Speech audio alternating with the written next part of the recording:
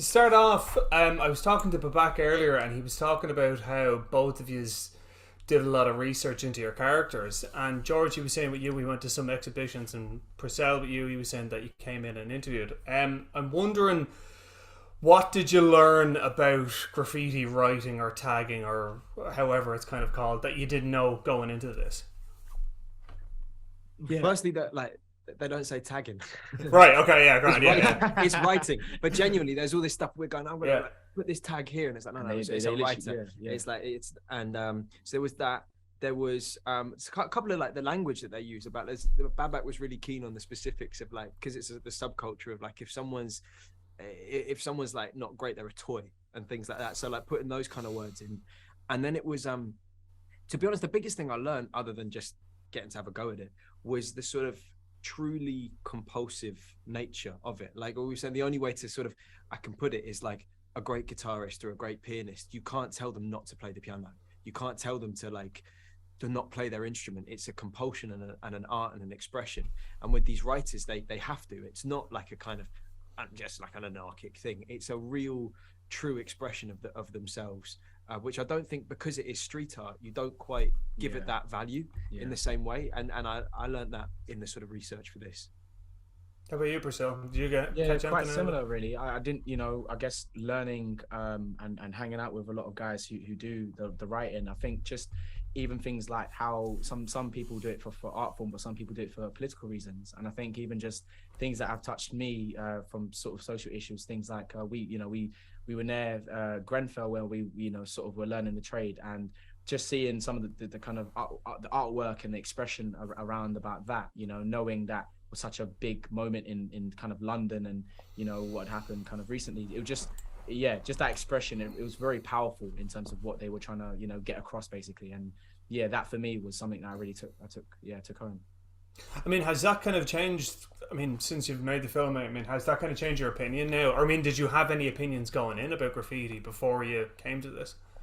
Yeah, I mean, I didn't really have like I mean, for me, growing up, I grew up around that type of environment. Really. I used to see graffiti art everywhere. I did that in school as well. Not to that level, but I certainly did it. I gave it a good go.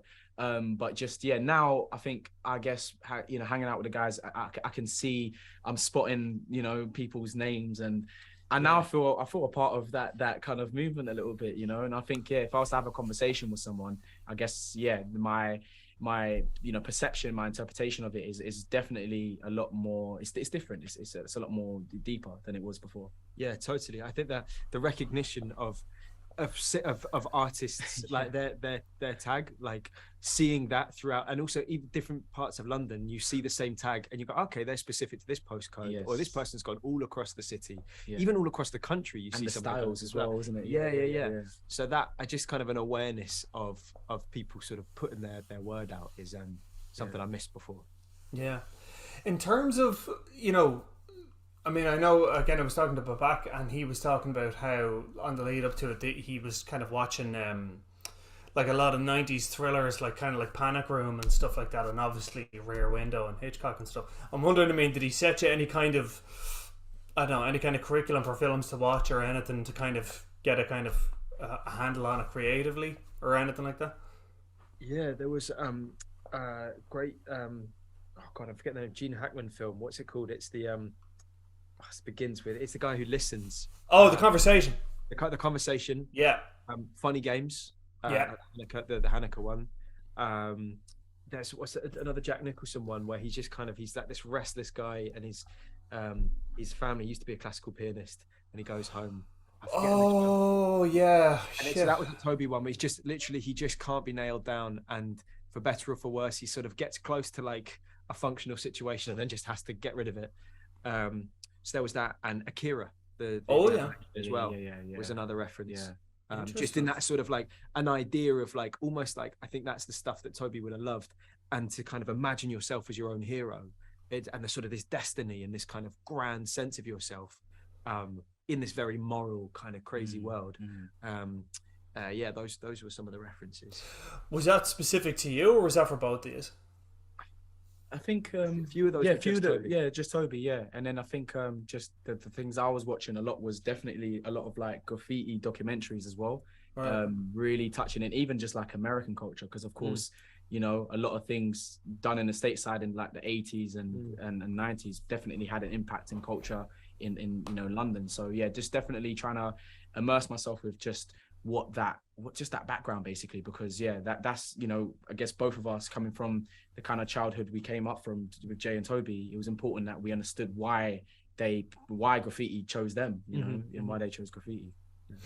In terms of your kind of without giving too much away, I'm wondering, I mean, you know, in both roles that you play, I mean, did you choose this film out of a sort of a reaction to stuff you'd done previously or anything like that? Because I mean, obviously I know, George, you had done Wolf a couple of months prior, and Percelle, you know, you're doing comedy and stuff like that, and this is obviously more serious. I mean, do you fix your kind of career on that kind of thing of, okay, I've done something like this, now I've got to do something like that, or is it just a case of the script comes and you read it and you respond to it, or how does it work?